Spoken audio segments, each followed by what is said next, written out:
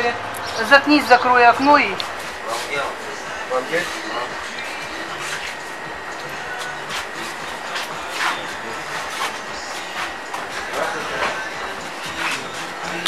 Ой, извиняюсь.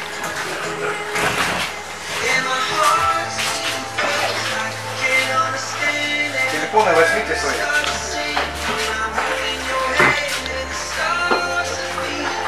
Вот претензии к ним, вы говорите, что туалет у них есть, получается, то, что... У нас туалет все работает. У нас Слив у вас куда уходит? у нас канализация, все. И куда уходит? Пойдемте Вот посмотрим. через магазин, но вы посмотрите. Ну а и куда она у вас Вот уходит? через магазин, и у них канализация, вот. Ну куда она уходит? Ну, вот по трассе, вот идет куда-то там. Есть там трасса у нас? Ну, вот у них специально, вот мы же у кого арендуем это помещение. Ну, сейчас у них посмотрим. своя канализация. Вы понимаете, этот работает до 3 часов ночи. Окна открытые, и вот наши... Мы работаем до 12 часов. Ну, до 12 сейчас. Было до 3 или до 2, я видела. Когда мы работаем? Ну, у меня есть фотографии. Я это самое... Вот мы здесь живем. Окно открыто, музыка, бум-бум-бум-бум-бум. По лестнице идут топ-топ-топ-топ-топ, обратно идут топ-топ-топ. Но не может виноводочная... А музыка во сколько играет? До скольки они работают, до столько играют. Как начинают... До скольки? Ну вот он сейчас говорит Не, до мы 12. громко музыку не слушаем, по дискотеке это не вот так вот она как играет, так Вы и понимаете, играет. когда ночь и все спят, и эхо отдается, даже если у нас на площадке две девочки сидят и друг с другом разговаривают и похихикивают, у нас слышен весь дом, здесь такое эхо. Wi-Fi, не Wi-Fi. Бухгалка на 60 дней закрыт. Нарушения, получается, нет у них кассового аппарата, да? И тут же ночуют, понимаешь. Видно? Санитарных мест. Ну, я же вам сказала, что в дверях есть пин-код в той. Они здесь ночуют, а кому надо, они знают. Пин-коды дают, они приходят, тык-тык-тык. Ну, видно же, видно, видите. Столько Ну, были, там колбаса, там еда, там санитария уже на кровать. лицо видно. Че, а мне где кушать?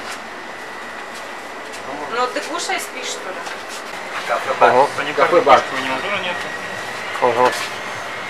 Ну, нам же не предоставили документы, подтверждающие, вот видите, реализуют там рыбу сушеную, там кальмары, подтверждающие сопроводительные документы, что данные продукты безопасны для здоровья и жизни граждан.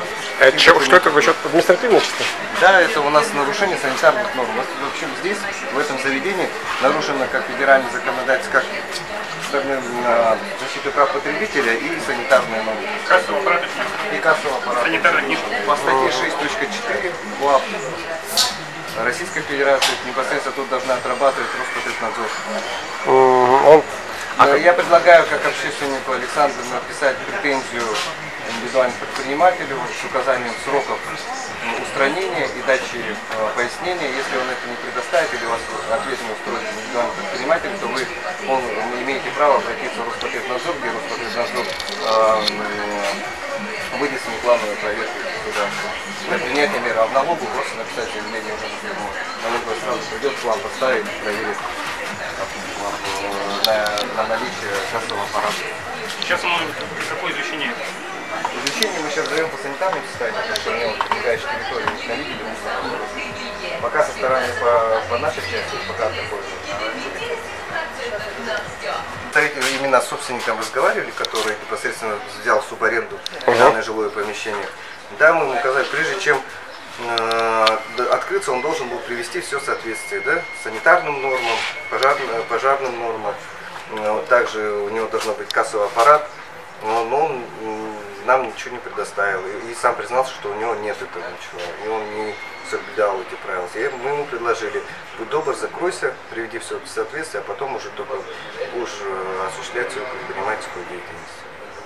Посмотрим. Но этот факт не факт, но я предлагаю все-таки вот от лица жителей через вашего общественника, да, Александра, либо через нас, окружную администрацию, мы тоже сейчас акты составим, направим контролирующие органы для того, чтобы они выехали и провели проверки на предмет соблюдения действующего законодательства. Если действительно те факты подтвердятся, что там представляют угрозу жизни людей, здоровью жизни людей, тогда, конечно, уже контролирующие органы, как Роспотребнадзор, отдел надзорной деятельности МЧС, будет уже, скорее всего, выходить в суд о принудительном закрытии, да, приостановлении деятельности.